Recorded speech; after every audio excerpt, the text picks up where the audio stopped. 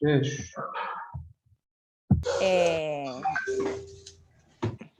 Me pareció la señora que me habla en inglés.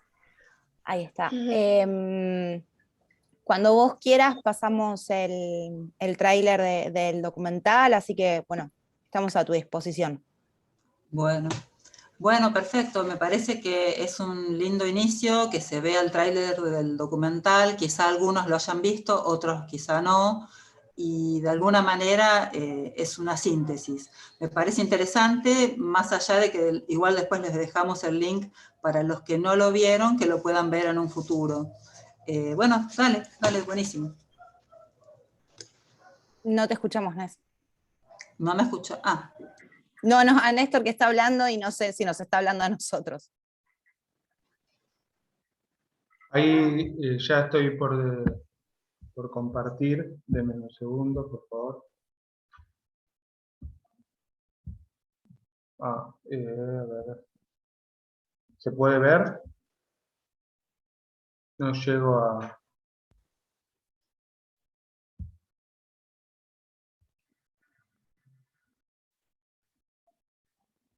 Disculpen si me dio la máquina. Disculpen un segundo.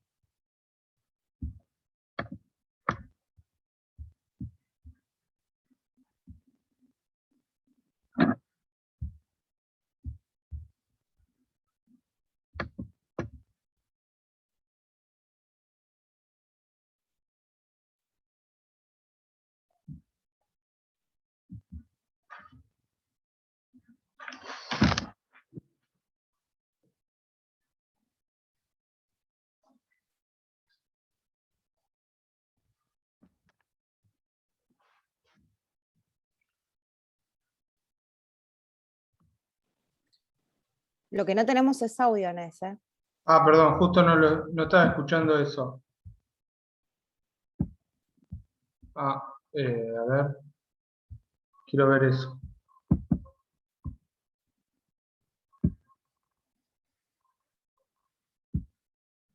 Denme un segundo.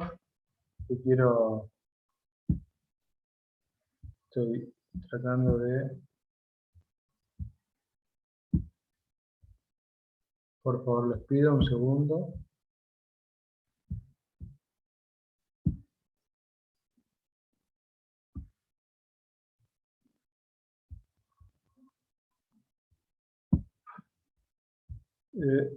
Un segundo, permítanme.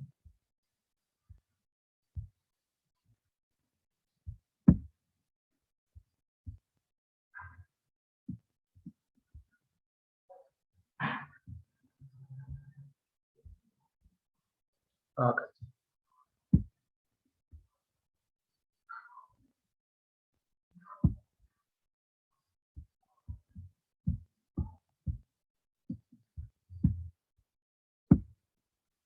¿Se escucha ahora el audio?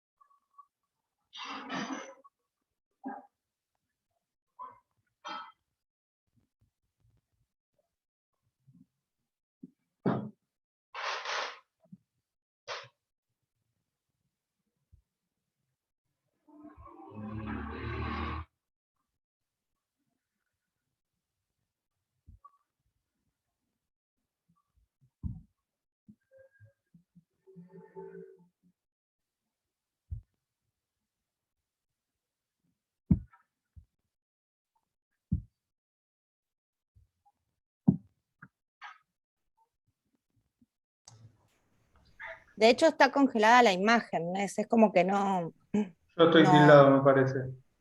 Sí, si no, lo que sugiero es que lo dejemos en el chat, dejamos el link del Yo tráiler. puse el link del documental incluso recién, Ah, Marcia. perfecto. Ahí Bueno, ya lo pasé por el yo chat. porque me parecía interesante el escenario, como escenario social, uno tener, para los que no habían visto la película, tener como una imagen de ese espacio, ¿no? Pero bueno, si no, se puede ver en otro momento. Sí, si no lo intentamos en un ratito, Nes, quédate tranquilo. Así arrancamos con la charla. Vale. Bueno, denme un segundo que ya dejo de compartir pantalla.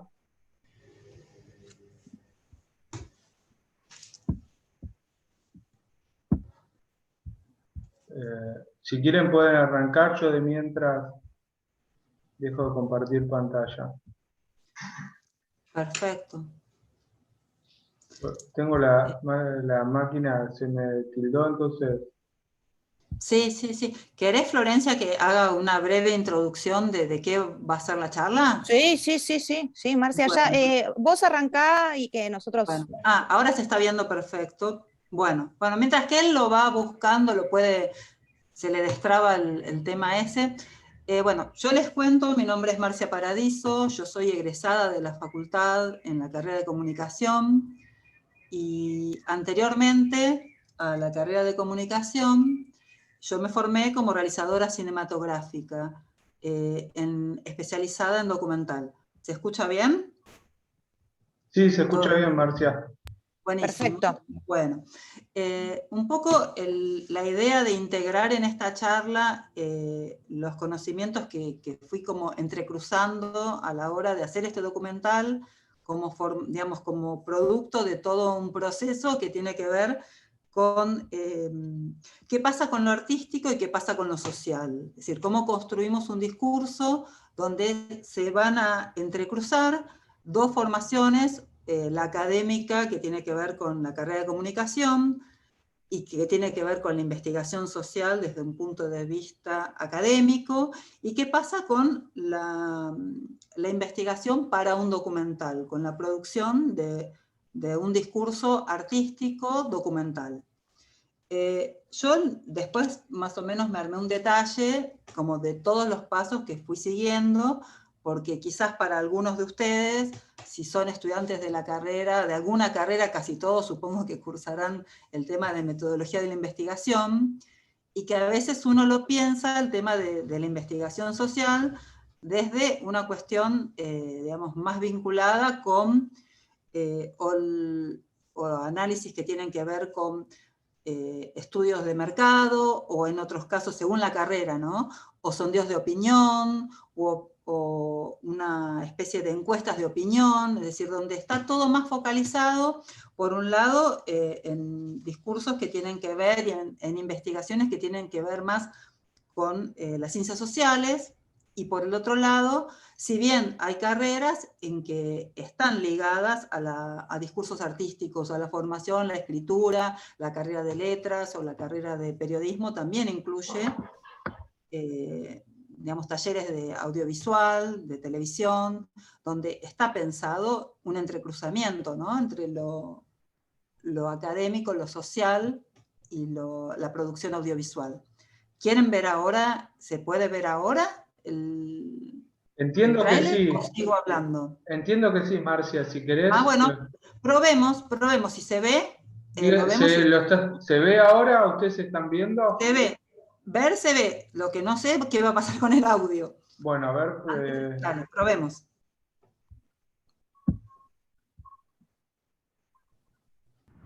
¿Se escucha? Sí. Perfecto.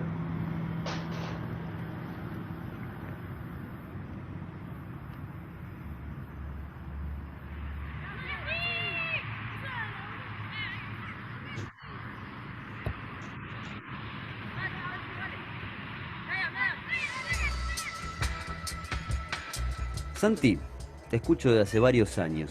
Escuché tu programa desde diversos lugares a lo largo del tiempo.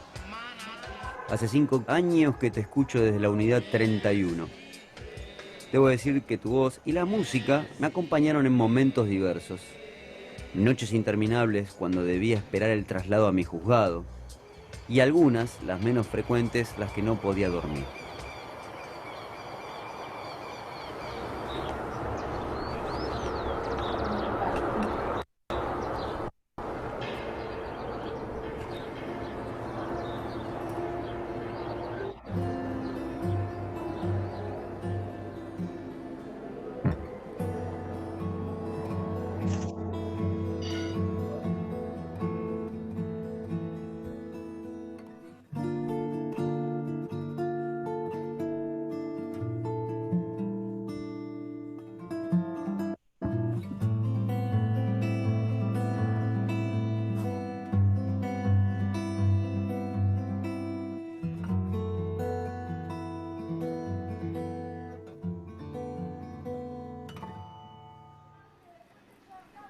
La reja se estrella contra sí misma y yo me estrello contra la reja. El pasado, los años, las horas, el presente, el futuro, los minutos, cada segundo queda aplastado tras el estruendo. La reja se cierra, deja surcos invisibles en el mosaico, marcas que permanecen como herida abierta en las muñecas, cortes verticales en las venas, de esos que no se pueden suturar. Ustedes allí, nosotros acá. En el medio, un torrente de vida que se escapa. Es imposible unir lo que separa.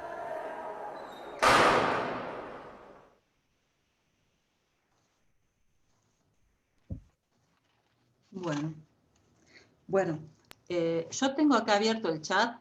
Yo voy hablando y si hay alguna pregunta o algún comentario, yo ya lo voy leyendo y puedo interrumpir y contestarles lo que me van diciendo, es decir, para que no sea tan monólogo. ¿Está bien? ¿Les parece bien? Bueno, en principio yo creo que uno de los motivos que me llevó a elegir hacer la carrera de comunicación, sobre todo en la Facultad de Lomas, tenía que ver con que la formación como documentalista tenía, digamos, una currícula muy ligada a la producción técnica y artística, y nada con lo social, nada que incluyera una materia de cómo abordar la realidad, de con qué herramientas acercarme a la realidad. Y me parecía que más allá de las propias opiniones, visiones, intuiciones, era necesario tener esas herramientas para la producción documental. Y me parecía que en la carrera de comunicación se reunían, también en la de periodismo, pero bueno, me parecía como más abarcativa para lo que a mí me interesaba, la carrera de comunicación. Entonces, siempre sentí que la formación académica se estaba integrando sobre esa otra formación que era la formación artística audiovisual.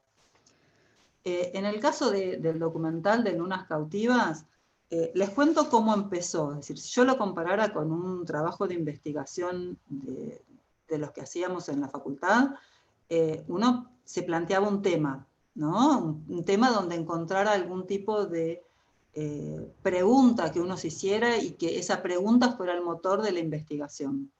En este caso, yo, digamos, en todo momento les voy a contar que trabajé con un diseño cualitativo, y les voy a explicar después por qué, pero en principio lo primero que me sucedió, yo estaba estudiando una licenciatura en enseñanza de artes audiovisuales en la UNSAM, y leemos un texto de una poeta que se llama Yvonne Bordelois, era un ensayo, y ella hablaba de la palabra amenazada.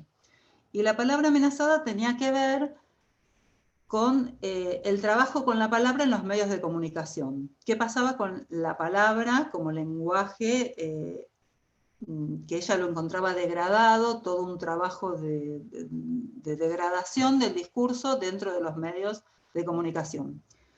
Bueno, estaba leyendo ese texto, en paralelo abro el diario y veo una nota sobre un taller de poesía en una unidad penitenciaria. En ese caso era una unidad en Rosario, no en este caso el que yo filmé es en Ezeiza. Y me pareció que ahí estaba un tema, es decir, que había como una gran contradicción a poder entender o explorar, porque uno pensaría que los medios serían el lugar privilegiado donde están o deberían de estar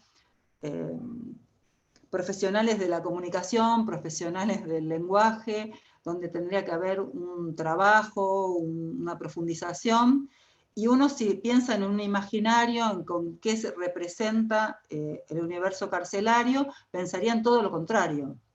Sin embargo, uno encontraba que en un taller, que en una unidad penitenciaria estaba transcurriendo un taller de poesía, y que a su vez en los medios de comunicación estaba transcurriendo las diferentes realidades discursivas que uno puede encontrar hace 10 años atrás y hoy también, ¿no? Como un espacio, realmente en esto coincido con Yvonne Bordelois. Entonces ahí me interesó este primer espacio, poder indagar qué pasaba, cómo era que era posible trabajar dentro de un espacio como un espacio de encierro y con toda una problemática social que estaba ligada al tema de las personas en situaciones de encierro, en una cárcel, con la producción artística y sobre todo con esta área que tiene que ver con el lenguaje. Entonces, bueno, este taller que les contaba, que me enteré a través de una nota periodística del diario, los contacté, pero bueno, en ese momento estaban con un conflicto, con un paro dentro del penal, entonces bueno, me recomendaron este taller al que yo me acerqué, que es un taller en la unidad 31 de mujeres en Ezeiza, que está muy cerca de la facultad, en realidad, es un escenario social con el cual compartimos, es decir, somos casi vecinos, ¿no? Y que era una cárcel de mujeres. En Ezeiza hay 2 cárceles de mujeres, la unidad 4, el complejo 4, y la unidad 31. La unidad 31 es una unidad más nueva, en tiempo, más chica, y que reúne determinadas características que ya les voy a comentar, y que tienen que ver también con el documental. Ahora, yo estaba con esta idea en la cabeza, pero no tenía conocimiento. Yo nunca había entrado a una cárcel y no conocía en forma, digamos, todo lo que podía conocer tenía que ver con acercamientos a través de lo periodístico. Entonces, mi primer acercamiento para hacer el documental fue una actividad que realizan las chicas, las internas del penal, en el Centro Cultural Rojas. Ahí hacen una exposición de fotografía y van a leer sus poesías en una de las aulas a fin de año, desde el 2010, en el Centro Cultural Rojas en la ciudad de Buenos Aires. Era una situación absolutamente extraña, porque era un espacio de, no sé, 4x4, 5x5, donde convivían las internas, las guardiacárceles que estaban de civil, la ONG, que eran las que organizaban las clases y esta exhibición. Y yo entré en ese espacio y empecé a interactuar de un modo así muy natural, donde yo en principio no sabía quién era quién, ni qué sucedía, pero lo que sucedía era un taller de poesía que estaba haciendo una muestra de fin de año, como un taller de poesía de muy buen nivel que pudiéramos encontrar en cualquier institución, así en cualquier espacio cultural. Entonces, esa fue como la primer, digamos, un impacto fuertísimo. Salgo de esta actividad, en la puerta, ¿vieron el camioncito que se ve del servicio penitenciario en el tráiler? Bueno, uno igual en la puerta del centro cultural, esperándolas.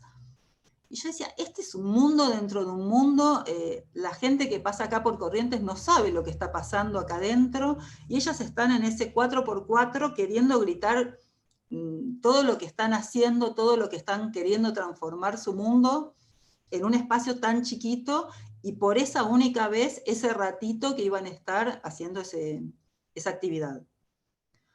Bueno, me contacto con la ONG, y ellos me dan la enorme posibilidad de acercarme al taller e integrarme al taller que se hacía todos los lunes en la unidad 31.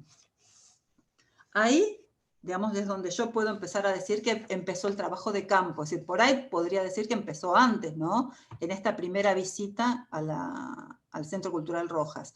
Pero el trabajo de campo propiamente dicho, que es el escenario social en el que ellas interactuaban permanentemente, era la unidad. Y yo pude acceder a este espacio a través de estos talleres. ¿Se va entendiendo hasta el momento? Si quieren ponerme algún comentario o algo, como para darme una idea de si va clara la charla.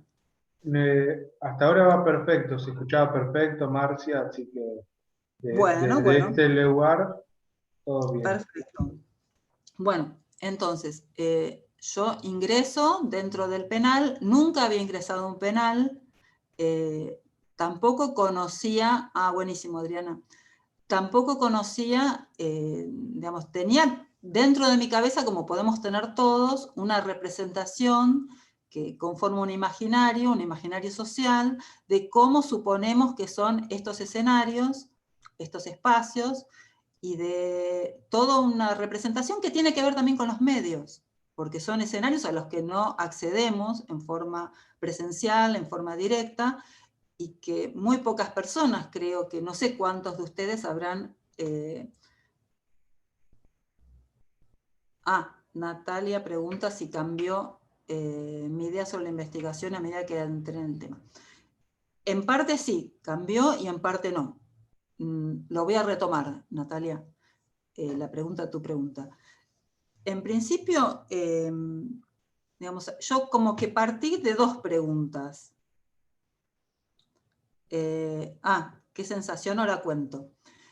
Las dos preguntas que yo partía, una era si era posible generar un discurso libre en un espacio de encierro. Es decir, parecía una contradicción, un oxímoron, parecía algo que uno dice, ¿cómo puedo pensar en que puedo ser libre en un espacio de encierro? Más que las chicas, las protagonistas, las chicas que participaban, no eran poetas previamente o escritoras previamente. No es el caso de tantos... personas que son escritores y que estuvieron encarcelados y bueno, siguen escribiendo. Acá la propia situación de encierro generaba ese espacio, esa posibilidad de crear, pero era una pregunta. Y la segunda pregunta que yo me hacía, que tenía que ver con un discurso más, digamos, narrativo para el documental, era cómo iba a ser o cómo podía ser el tránsito de una persona hacia la libertad material, la libertad real, desde la escritura, es decir, poderlo contar desde su participación en el taller. Entonces me interesaba, eso se lo planteé a las profesoras que organizaban el taller, que quería, si ellas me podían guiar en alguna de las chicas que lo integraban, que estuvieran próximas a su libertad, que yo quería explorar ese tema también para el documental.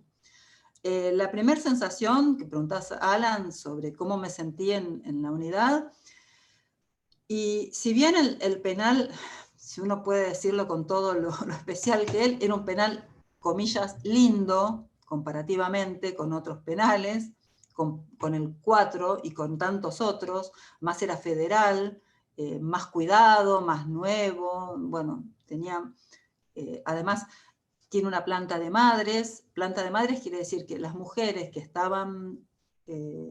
que tenían hijos menores de 4 años o que estaban embarazadas, iban a este penal, no iban al penal 4, al complejo 4. Y a su vez había muchas mujeres extranjeras, es decir, la población de este penal, después lo voy a detallar, tenía características que no son tan comunes a todos los penales.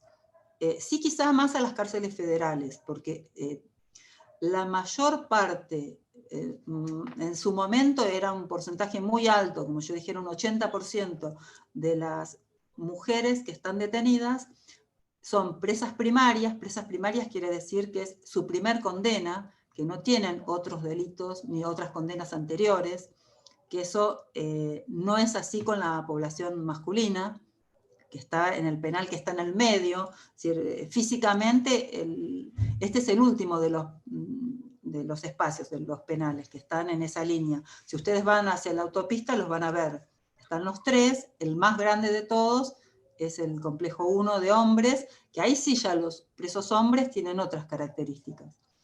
Bueno, pese a que era un penal lindo, comillas, y que había, digamos, ciertas obvias restricciones, pero no eran exageradísimas, eran, no sé, intermedias, la sensación de que uno va pasando puertas y rejas y rejas y puertas es vivencial. Es decir, te empezás a sentir como ese encierro que viven ellas, natural, es decir, natural dentro de la pena, ¿no? De la condena, lo empezás a sentir vos cuando ingresás, sobre todo cuando es tu primera vez. Ahora, esa sensación, que podía ser así medio claustrofobia, ¿no?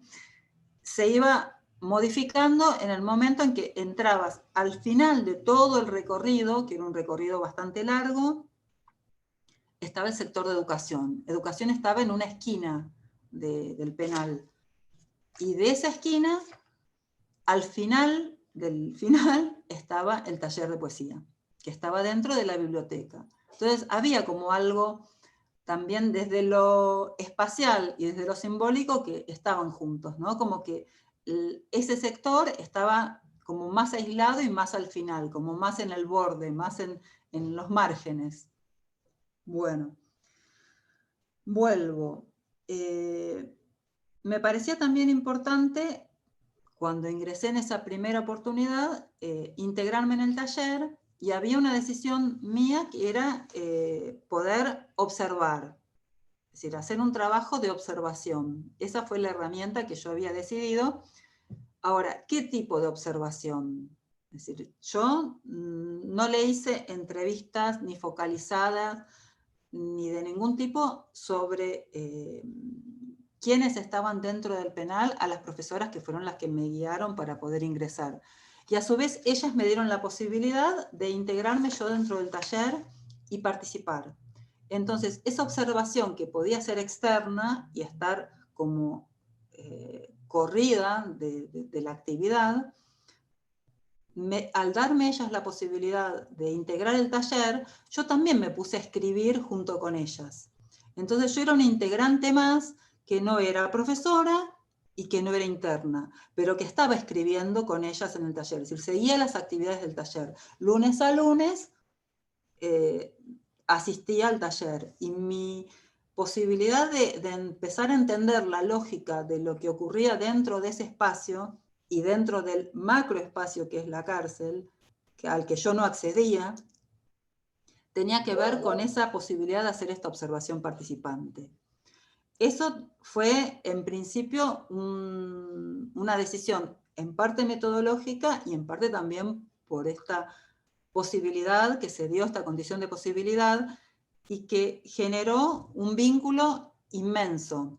Porque si bien yo estaba muy clara que yo no estaba compartiendo la misma situación de ellas, el hecho de escribir, del grado de exposición que uno asume a la hora de ponerse a escribir y tomar las consignas y transitar ese escenario con las mismas reglas que tenían ellas, genera hacia mí y hacia ellas un grado de confianza, de acercamiento, de involucramiento, que me parece que es un poco la herramienta básica para trabajar en un documental. Julián, acá me preguntás cómo fue que me dediqué a la dirección habiendo estudiado comunicación. Lo que ocurrió es que yo estudié primero cine y después comunicación. Yo estudié cine documental en el Instituto de Arte Cinematográfico de Avellaneda, y a mí me parecía un complemento muy valioso la carrera de comunicación.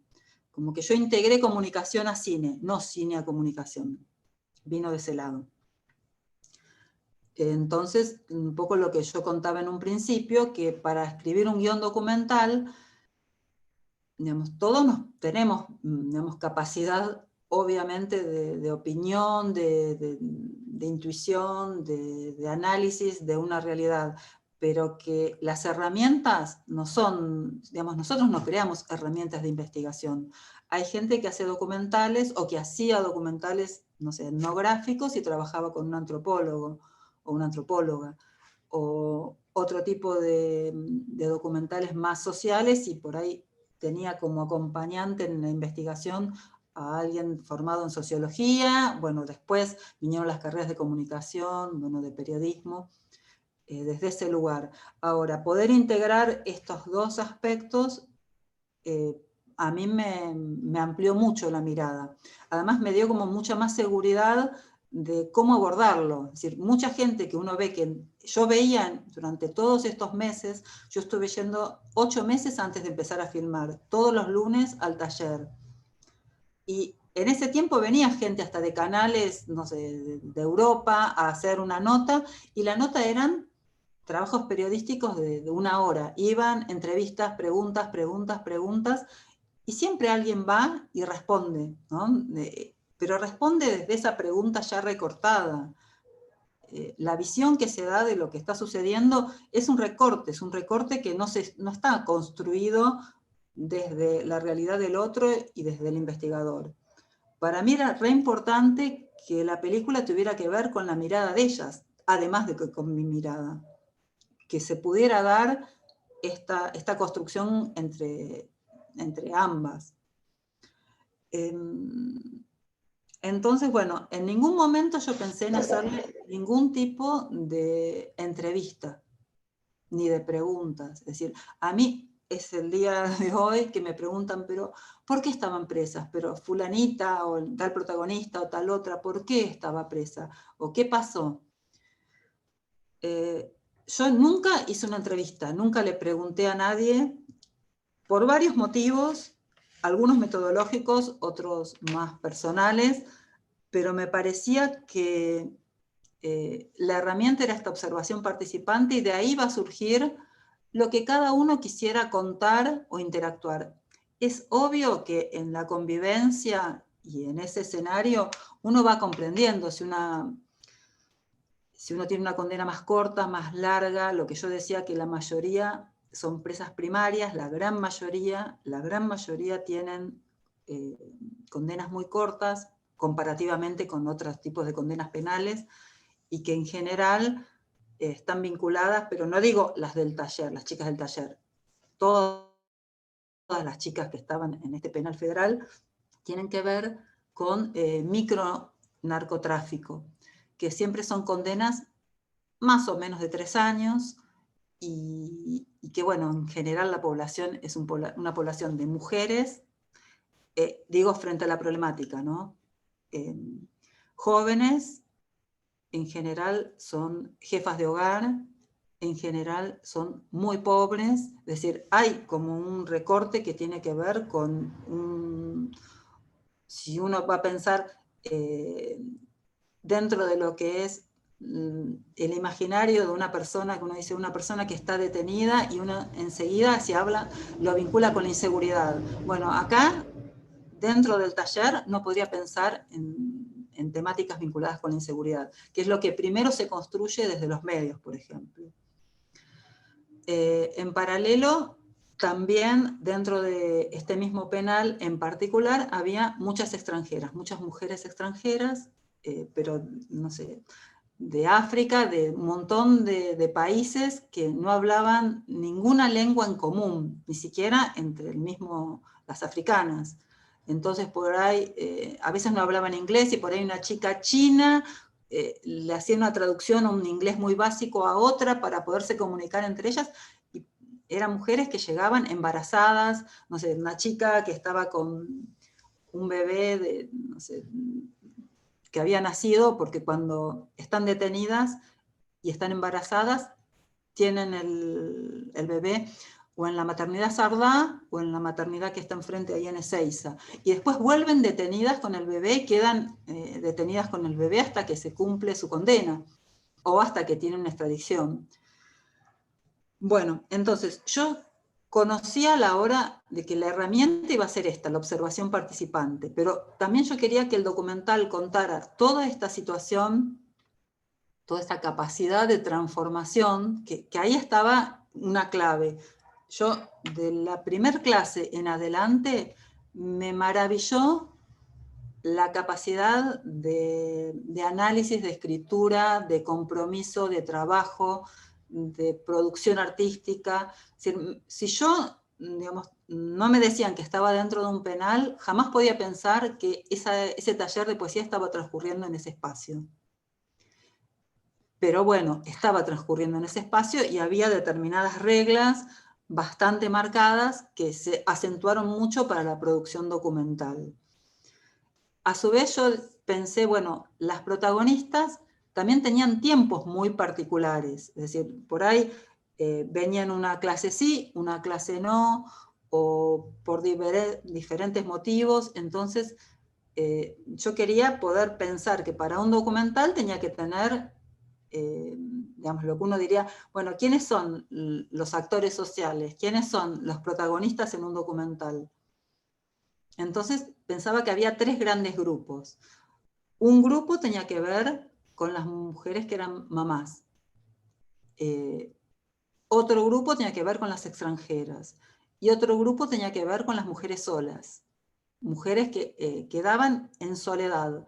En general, si uno pasa por la puerta de un penal, y es un penal de hombres, hay muchas mujeres que van y que llevan comida, ropa, visitas. Las mujeres son muy poco visitadas, a veces ni siquiera por su propia familia, porque justamente los problemas económicos y los problemas sociales generan que estén en mucha soledad. Y hay muchas mujeres que están en soledad absoluta, es decir, si van a estar detenidas durante, no sé, 5 años, 7 años, por ahí no reciben visitas.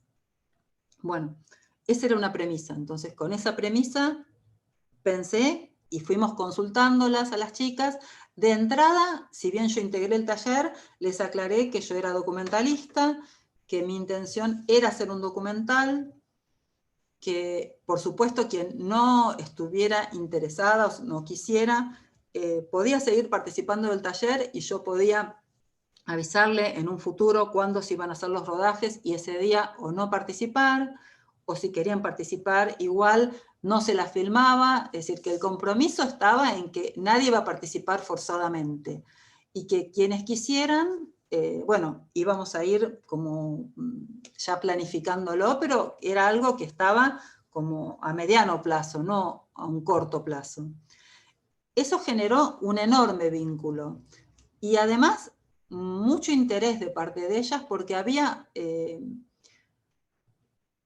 un orgullo de poder mostrar afuera del penal, pensar que un documental iba a traspasar las paredes del penal y mostrar lo que ellas verdaderamente hacían y cómo eran realmente, y no esta representación de la cual ellas se sentían de alguna manera, se hacían cargo de que los medios las representaban con una cuestión de violencia, con una cuestión que ni ellas mismas se sentían. Es decir, me pasó una vez algo medio gracioso, que una de ellas iba a empezar a hacer salidas transitorias y ella tenía miedo de salir a la calle, por lo que veían los medios. Decía, ay, pero yo voy a tomar un tren, me van a robar. Es decir, estaban como, digo, los medios las representaban a ellas como violentas y ellas veían como violento el afuera, ¿no? Como cómo los discursos pasan de un espacio a otro y van marcando.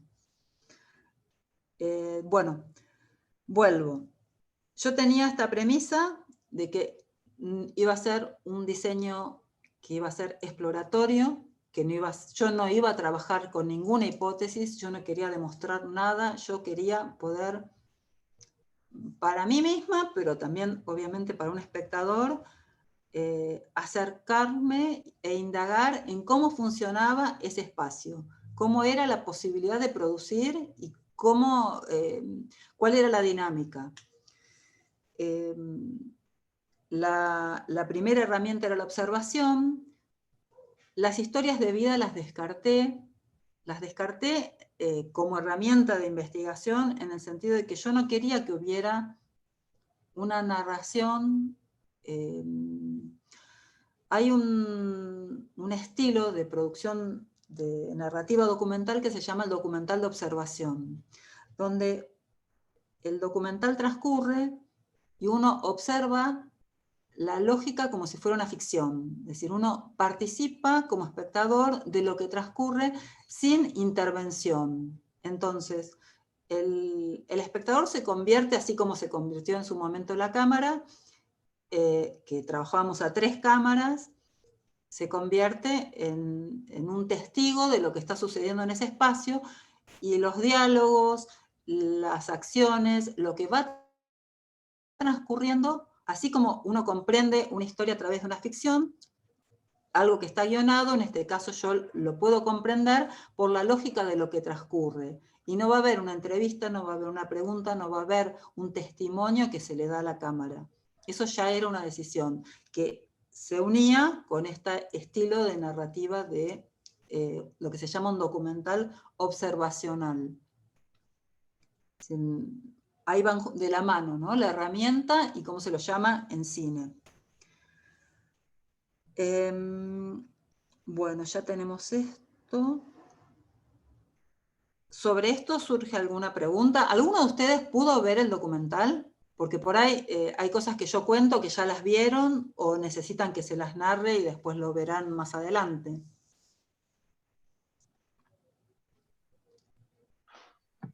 Creo que lo vieron la mayoría. Ah, bueno, perfecto. Que lo estuvieron viendo. Buenísimo. Bueno, entonces, había una cuestión que eso tiene que ver, más que con lo metodológico a la hora de la investigación, tiene que ver con la narrativa documental, que era, uno piensa, bueno, hay un escenario único, lo espacial está resuelto. El escenario único tenía que ver con las restricciones que ponía el servicio penitenciario.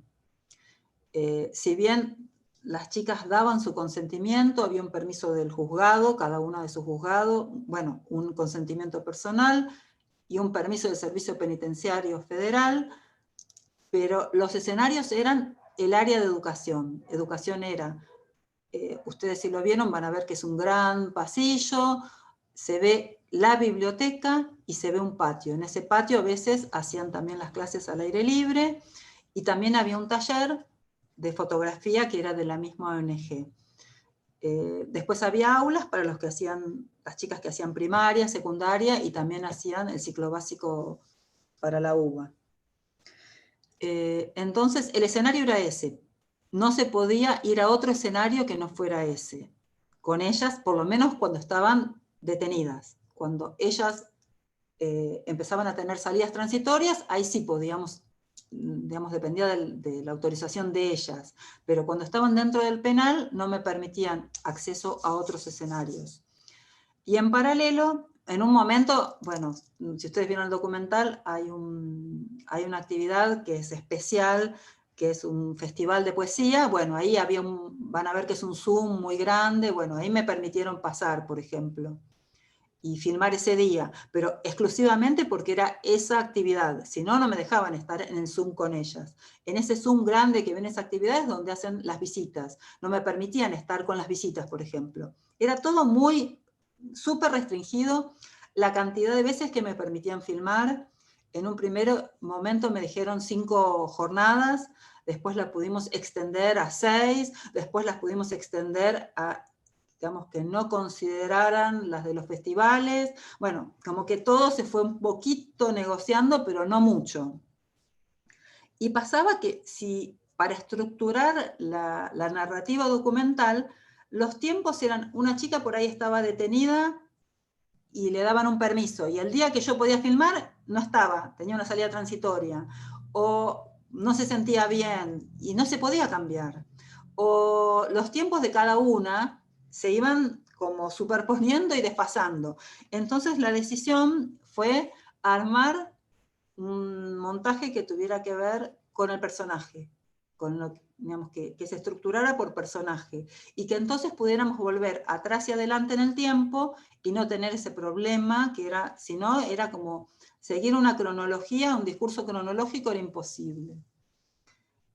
Y también sirvió para decir, bueno, entonces, una de las protagonistas es Majo, que es una chica española, que además está próxima a su libertad, confluían los dos temas. Nos favorecía muchísimo porque en un momento iba a ser otra chica, una chica inglesa, pero ella en un primer momento quiso, después no quiso, después sí quiso, pero bueno, ya habíamos decidido que iba a ser Majo. Después estaba Lidia, que Lidia, bueno, en planta de madres, y después Lili, que era la chica que estaba sola y a su vez que era la que tenía más tiempo de participación en el taller. Y bueno, y el eje también era que hubiera un compromiso con el taller. Porque también había chicas que venían una clase sí, 3 clases no, volvían a aparecer. Bueno, lo importante era que tuvieran ellas un compromiso con el taller y después con el documental, pero primero con el taller. Y bueno, así se estructuró entonces esa elección de que eran estas 3 historias y iban a contar 3 aspectos diferentes de una misma situación. ¿Te puedo hacer una pregunta, Marcia? Sí, Esto sí, por sí. ahí no va orientado a lo que estabas desarrollando, pero digo, por fuera de todo lo que vos hiciste, digo, ¿cómo fue que estructuraste la parte por ahí financiera, entre comillas? Digo, para los que les interesa desarrollar un documental, ¿iniciaste algún pedido de subsidio? ¿O fue todo a pulmón? Inicialmente, cuando empecé la investigación, no tenía subsidio, pero sí estaba, digamos, esa etapa de investigación fue la escritura del guión. Y presenté el guión en el Instituto de Cine, en el INCA, en lo que son los proyectos documentales digitales, y para ser evaluado. Ahora, en el interín, entre que se presenta, eso pasa por un comité, ¿viste? Que lo tienen que evaluar, el guión, ¿no? Pasaba que la realidad es súper dinámica. Y a su vez, mi idea, yo tenía un grupo que eran 3, en un caso eran exalumnos, 2 exalumnos y otro muchacho más, que, digamos, habíamos pactado que el documental, con subsidio o sin subsidio, lo íbamos a hacer. Con subsidio vamos a tener muchos más medios y sin subsidio, bueno, pero que el documental lo íbamos a hacer de cualquier manera.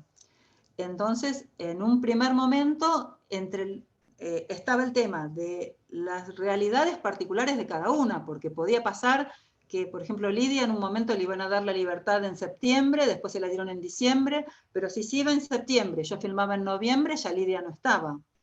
Y ese proceso que yo conocía no iba a estar filmado. Entonces, iniciamos un primer rodaje, digamos, de una manera autogestiva. Y después, al poco tiempo, los 2 meses, salió la aprobación del proyecto y bueno, ya todos es como que respiramos un poco más porque sabíamos que íbamos a tener ese presupuesto. No sé si sobre el tema te interesa algo más, sobre el tema de la producción. Ya que está, te pregunto, digo, ya que dijiste que una de las protagonistas, entre comillas, y iban a dar la libertad, te quería consultar si seguís teniendo algún vínculo, si seguís manteniendo algún contacto con las protagonistas. En este momento tengo un contacto, bueno, con una de ellas, Lidia, tuvimos bastante contacto. Ella, digamos, en un primer momento, bueno, pasaron muchos años y pasaron muchas cuestiones en sus vidas, pero, digamos, vía redes nos escribimos, estamos en contacto. Con Majo, que está en España también. Con ella siempre pensamos, ella me decía, vas a venir a conocer Alicante, vas a venir, es decir, como que el vínculo quedó, porque yo también tenía un vínculo importante con la hermana de ella. Era como que triangulaba con la hermana de ella, porque también a veces muchas dificultades de comunicación, muchísimas, ¿no? Pensá que una persona viaja de España o de donde sea, de África o de donde sea, a la Argentina, y no vuelve por 3 años. Y deja familia, deja hijos, deja todo. Y por ahí no tienen ni una llamada, no les llegaban ni un sobre con las fotos de los hijos. Bueno, con Majo también tenemos contacto, con María, es decir, con algunas chicas tengo contacto, con otras no tanto, pero cuando se estrena el documental, participamos en varios festivales y hemos viajado con ellas también. Hemos viajado con una a Uruguay, con otra a La Pampa, con otra a Mar del Plata. Es decir, hemos hecho recorridos juntas. Y en otros casos han viajado ellas solas.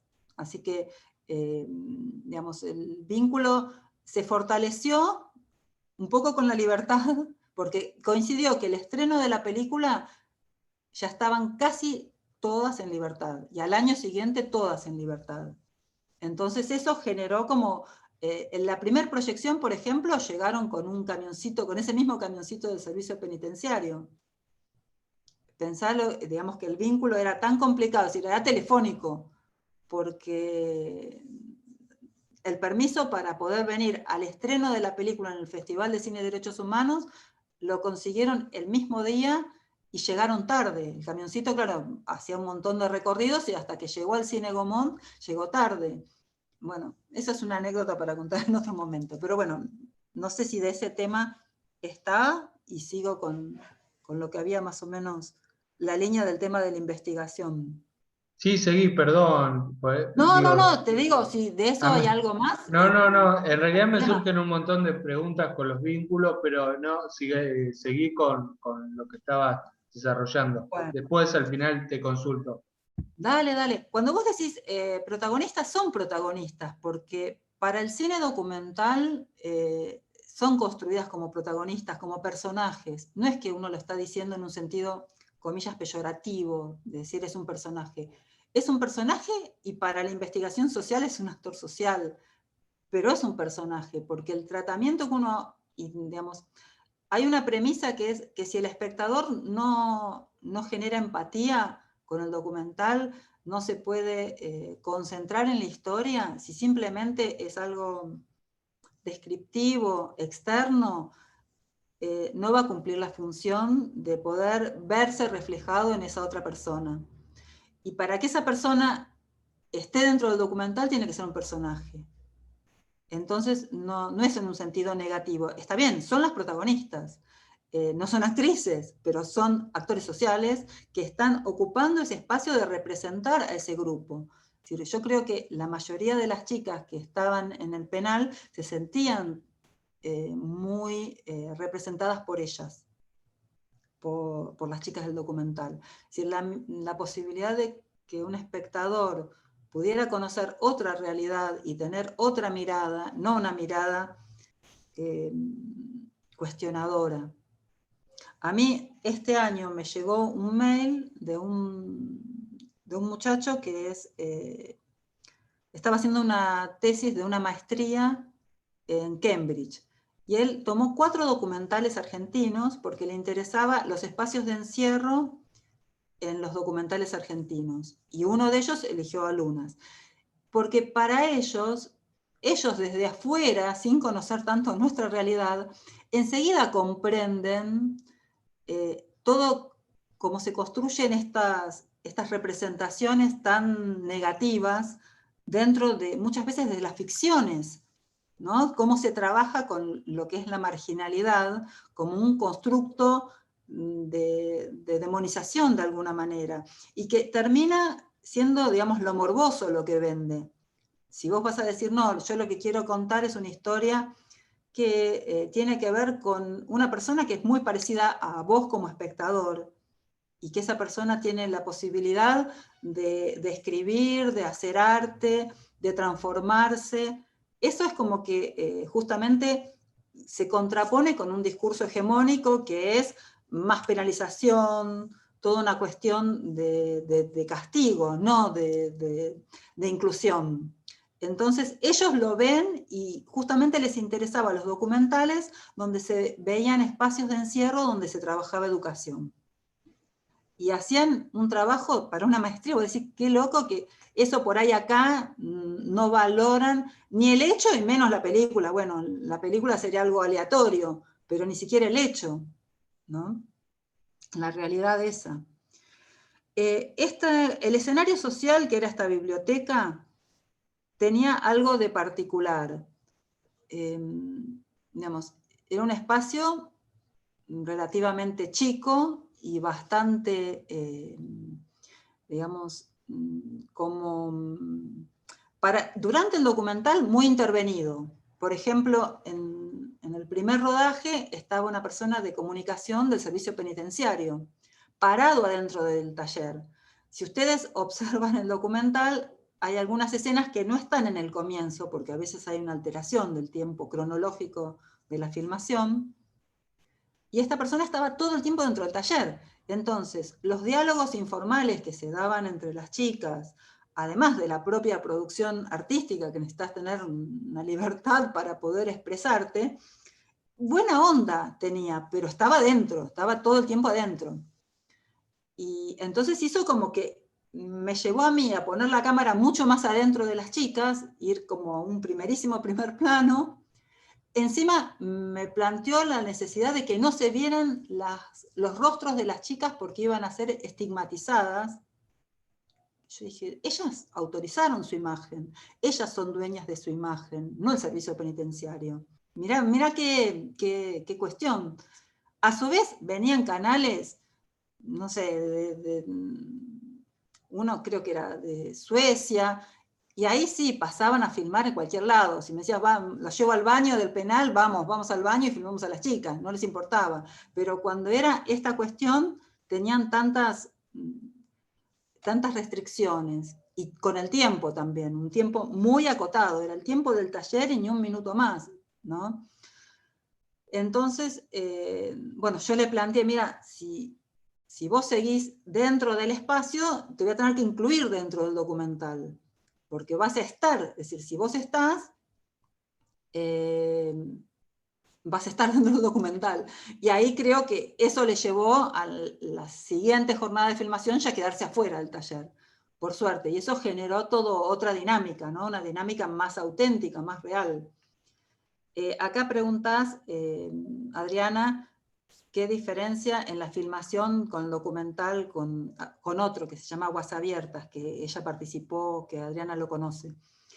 Muchísimas diferencias porque acá era un espacio como escenario social súper reglado. Por ejemplo, para llegar una chica a participar del taller, ya no de la filmación, del taller, la tenía que ir a buscar una celadora, una guardia cárcel, a su pabellón.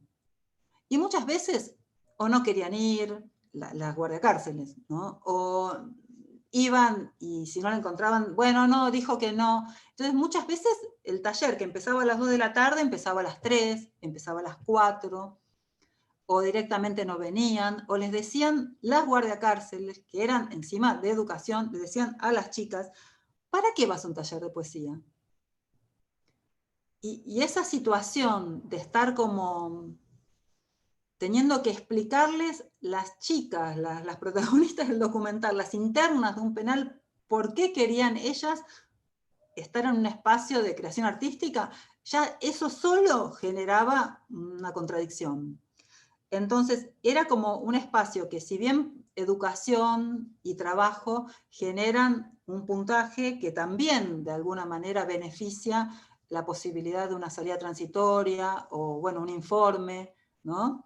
También está la cuestión de la necesidad. Ellas decían que ellas se encontraban dentro del taller como el afuera, que ellas sentían que en ese taller estaban como un poco por ese tiempo viviendo la realidad del afuera, que eso, más allá de que fuera el escenario de ese 4x4 de la biblioteca. A ver, sigo. Bueno, vuelvo sobre el diseño. El diseño es un diseño exploratorio en el sentido de que yo no pretendía hacer en ningún momento ninguna explicación ni de por qué estaban presas, ni de por qué producían poesía, ni de qué pasaba ni con el pasado, ni con el futuro, ni con el presente. Quería una cuestión comprensiva. Digamos, todo lo que tiene que ver con lo cualitativo tiene que ver con esta búsqueda del sentido, búsqueda, la comprensión de qué está pasando en ese espacio. En paralelo al documental, una vez que lo vamos a presentar a Canal 7, la producción invita a una socióloga, súper interesante su trabajo, que había hecho durante el mismo tiempo en que yo había estado haciendo el documental en el penal, y en el mismo escenario, en esa misma unidad 31, un libro para el CELS, el Centro de Estudios Legales y Sociales. Este libro, que bueno, ven el título al revés, pero es Mujeres en Prisión, los alcances del castigo. Es un libro que está en PDF, si después quieren yo les mando el link. Es recontra interesante. Y me parece que ahí es donde hay algo que desde lo metodológico me pareció muy, muy interesante para ambas. Para ella, se llama Anabela Museri, ella integra el equipo que hizo este libro. Porque ellos partieron de una investigación cuantitativa. Y en principio hicieron más un cuestionario, trabajaron con un muestreo, pero muchísimo más amplio. Acá la muestra eran algunas integrantes de un taller de poesía, no de todo el penal. Y ella trabajó con todo el penal.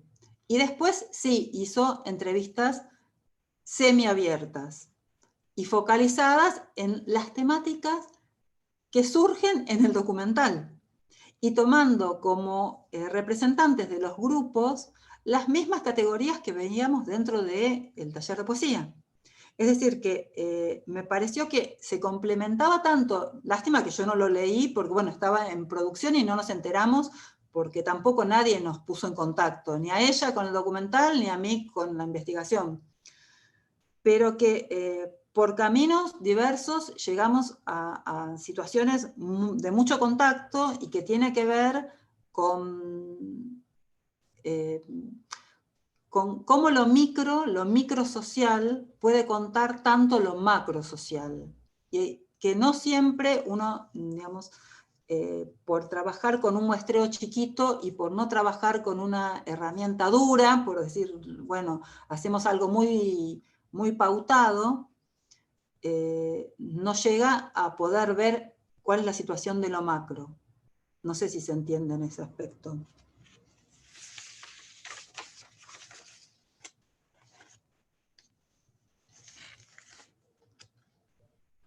Es decir, lo que yo planteo es, los caminos eran diferentes y además las instituciones, las propuestas eran diferentes, pero la capacidad de poder abordar la problemática era complementaria totalmente.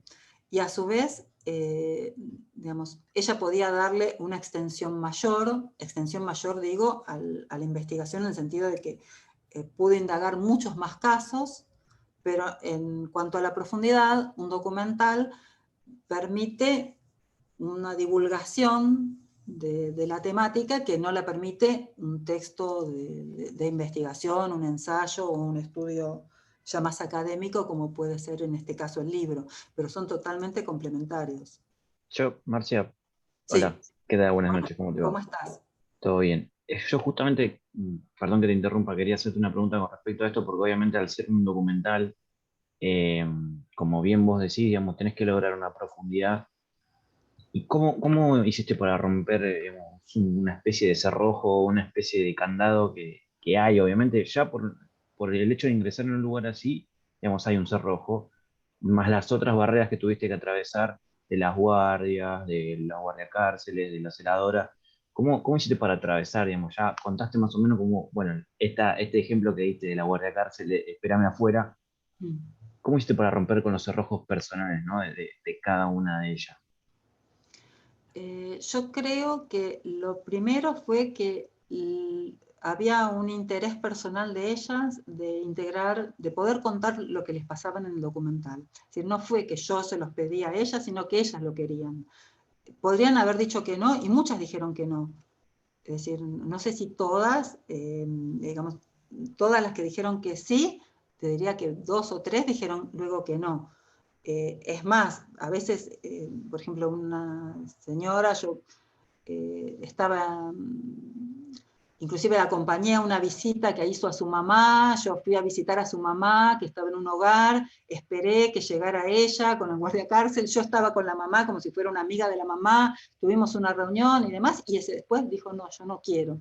Es decir, pienso que los cerrojos personales son como los que podemos tener todos. Ahora, había un punto que era, primero, el involucramiento en la actividad y en el entender lo que les pasaba a ellas. Es decir, yo me sentía que dentro del taller, por un lado estaba en la misma situación de ellas con respecto a la escritura, y por otro lado estaba comprendiendo cómo lo veían ellas desde la perspectiva de ellas, todo lo que les iba pasando, dentro de lo que ellas querían compartir conmigo. Seguramente había un montón de cosas que no querrían compartir, pero había muchos códigos que empezamos a compartir. Pensá que yo iba todos los lunes, iba a la mañana al taller de fotografía, que después no fue incluido así como tema específico, y fui al taller de poesía, así que iba desde la mañana hasta las 5 de la tarde, un lunes completo durante varios meses. Y después había en ellas como una necesidad de que se contara una historia que ellas sentían que les iba a servir a ellas, pero servir no para su causa, no como era toda la especulación del sistema penal, de hago tal cosa para que me hagan un buen informe, para conseguir unos meses menos. Es decir, eso es la especulación de lo que te hace el sistema.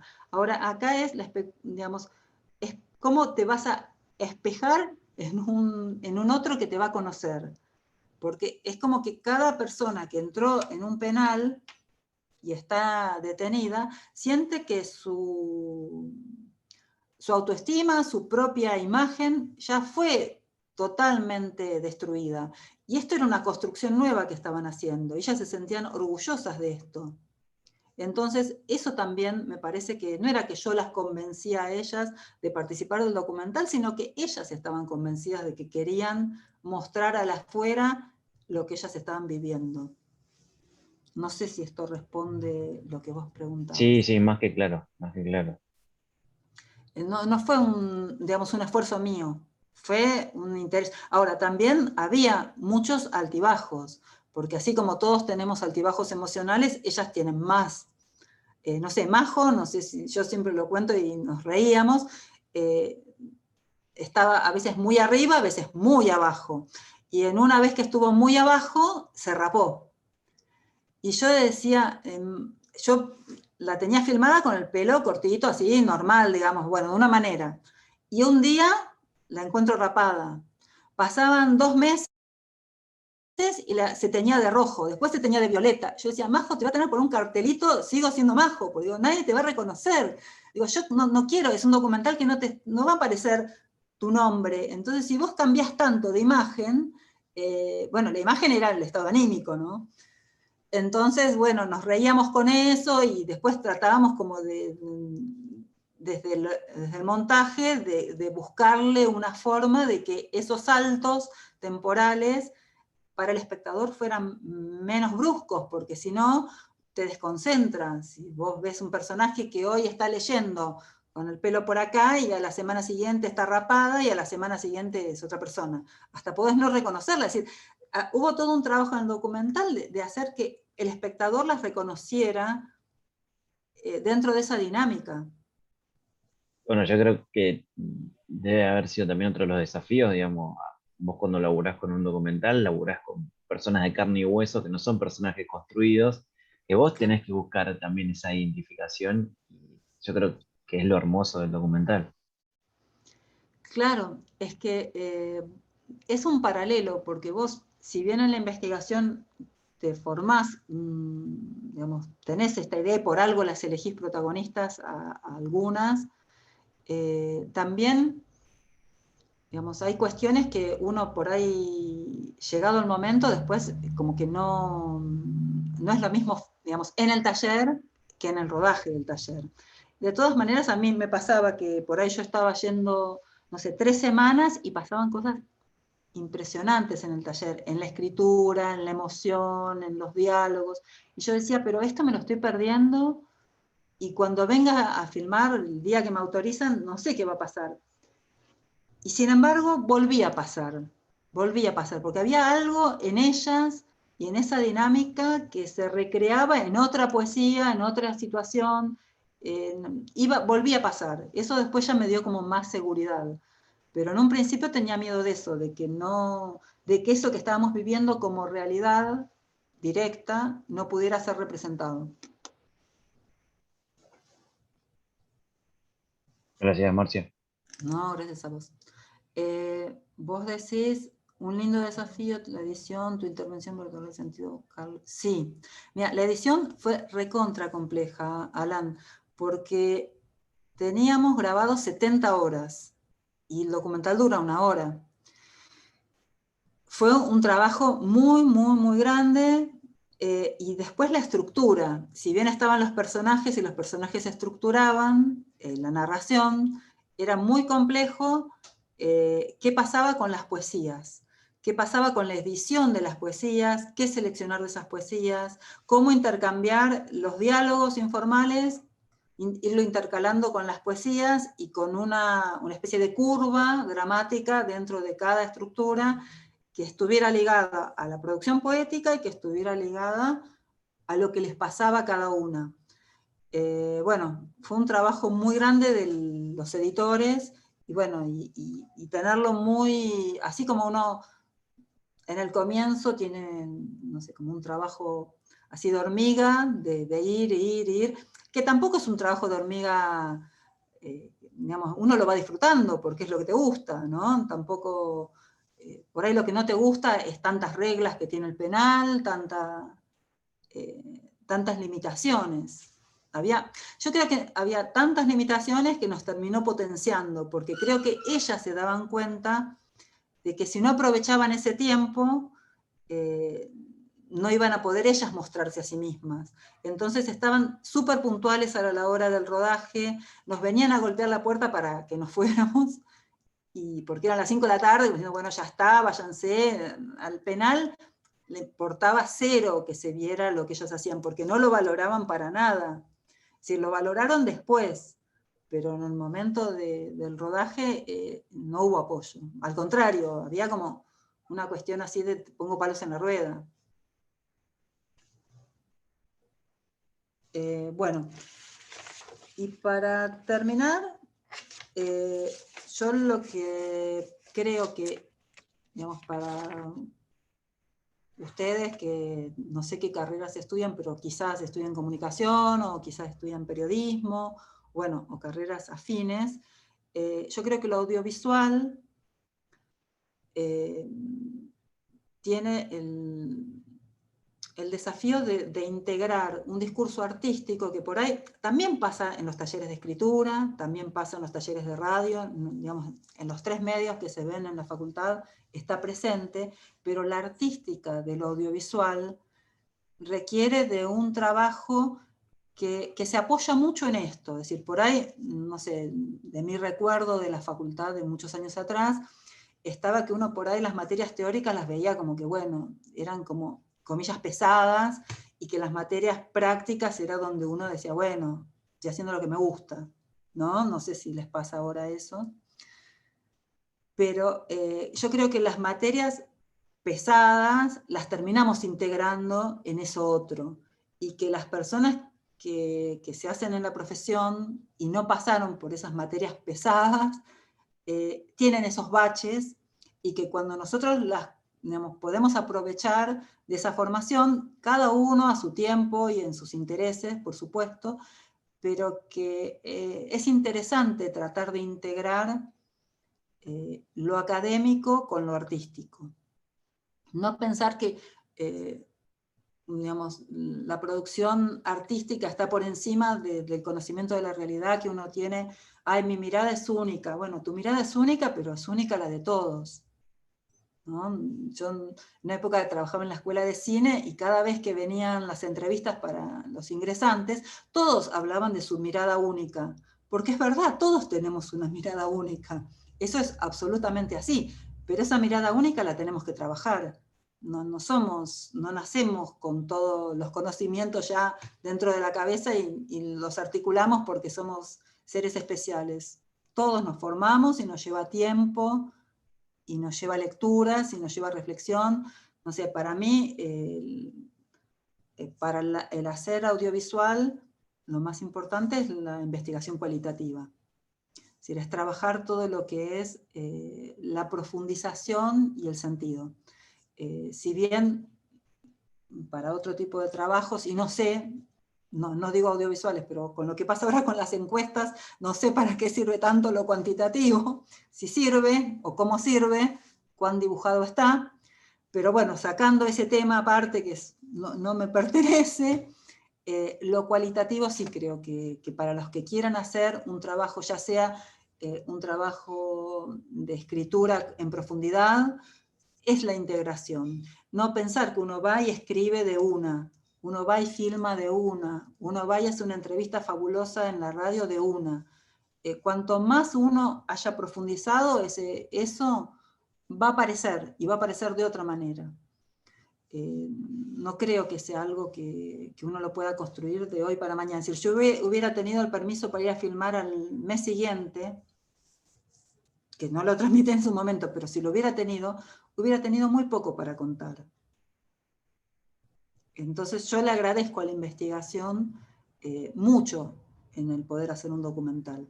Creo que no es posible ir a filmar simplemente con nuestras miradas únicas. Bueno, no sé, Flor, si te interesa. Marcia, ahí Sí. está. La verdad que muchas gracias primero que nada por todo lo que nos contaste. Digo, no sé si alguno tendrá alguna pregunta más. Si no, Flor, ¿querés hacerse el No, cierre? sí, yo quiero agradecerte, Marcia, de verdad, hacía muchísimo que queríamos, lo habíamos hablado con José Luis, con Néstor, yo, a través de Horacio, es que Horacio Incahuarate era que había, podía acceder a vos, después, bueno, vino la pandemia, lo que ya todos sabemos, la verdad que estoy súper contenta de que nos hayas acompañado. Vi el documental, es súper interesante. Quiero ver más ahora. Voy a ver Aguas Abiertas, que Adri y los chicos siempre hablan de eso. Así que nada, agradecerte muchísimo, agradecerle a todos los presentes y de verdad, Marcia, quedamos en contacto para cuando vuelva la presencialidad poder contar con tu presencia. Bueno, les agradezco mucho a todos los que participaron. Y bueno, para mí la Facultad de Lomas es algo muy cercano, así que me interesa mucho, me parece que aprendí mucho en la facultad y creo que para todos tener la posibilidad de hacer una formación universitaria de la profundidad que tienen las carreras en la facultad hay que valorarlo mucho y cuidarlo. Sí. Bueno, nada, buenas noches a todos, gracias por acompañarnos en una actividad más y de verdad, Marcia, muchísimas gracias. Gracias a ustedes. Chao, buenas Muchas noches. gracias a todos. Buenas noches, Marcia, buenas noches, María.